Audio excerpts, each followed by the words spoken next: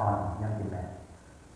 राम मैं प्रकाश रूप यानी कि जो हमारी आत्मा है ये प्रकाश रूप है, ज्योति स्वरूप है। और गीता जी में लिखा है जो ईश्वर है परमात्मा है वह प्रकाश रूप है, लेकिन वह राजा रामचंद्र जी के गुरु ग्रंथ साहब में नहीं लिखा।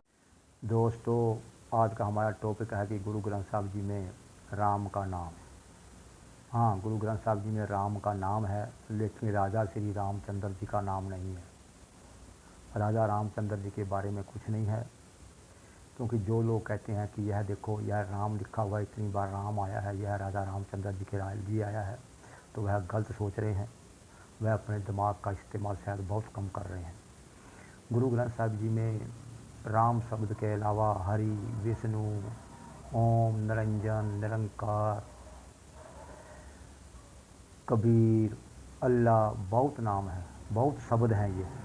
और इन शब्दों के नाम पर ही जो है नाम रखे जाते हैं, शब्दों से ही नाम रखे जाते हैं। अब मान लिए कोई भी माँ बाप अपने बच्चे का नाम हमेशा अच्छे शब्द से ही रखता है, जिस तरह राजकुमार, रामचंद्र, कृष्ण।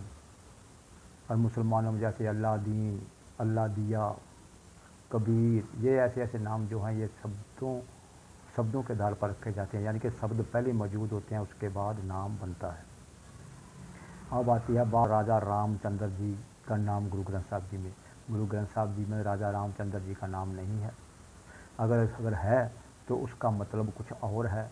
अगर कहीं हुआ तो ज़रा बताना कहाँ है, उसका मतलब भी हम बता देंगे।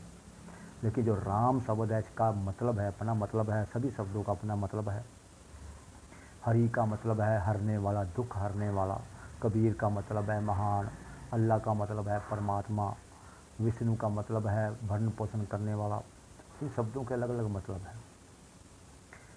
राम का मतलब है, रा का मतलब है आबा, यानी कि प्रकाशमय का मतलब है आत्मा, यानी कि प्रकाशमय, यानी कि जो हमारी आत्मा है यह प्रकाशमय है। और यह राम शब्द जो है उस परमात्मा निरंकार के लिए भी यूज किया जाता है। भक्त कबीर दास ने भी यूज किया। जितने भी भक्त हुए हैं सब ने राम शब्द से ही भक्ति की है। यह जो शब्द है यह वैदिक काल में था, यह वेदों में भी पाया जा सकता है।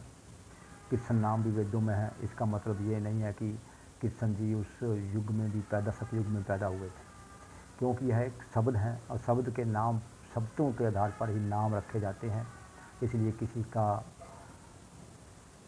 नाम राम होने से, रामचंद्र होने से वह राम यानी कि परमात्मा नहीं बन जाता। क्योंकि जो लोग ये कहते हैं कि राम शब्द जो है, जो रामचंद्र का नाम है, वो गुरु ग्रंथ साहब जी में वह गलत समझ रहे हैं। वो सिर्फ इतना समझे कि राम यह दो शब्दों से मिलकर बना है राम। राम का मतलब है, रा का मतलब है अब्बा, मैं का मतलब है आत्मा यानी कि मैं। राम मैं प्रकाश स्वरूप, यानी कि जो हमारी आत्मा है, मन है, यह प्रकाश स्वरूप है, यह ज्योति स्वरूप है। और गीता जी में लिखा है जो ईश्वर है, जो परमात्मा है, वह प्रकाश स्वरूप है।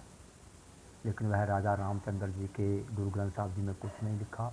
और जो राम शब्द है वह एक शब्द है, और शब्द से ही दशरथ जी ने अपने बेटे का नाम रामचंद्र रखा। राम शब्द है, पीछे चंद्र लगा दिए, चंद्र का मतलब ही होता है प्रकाश।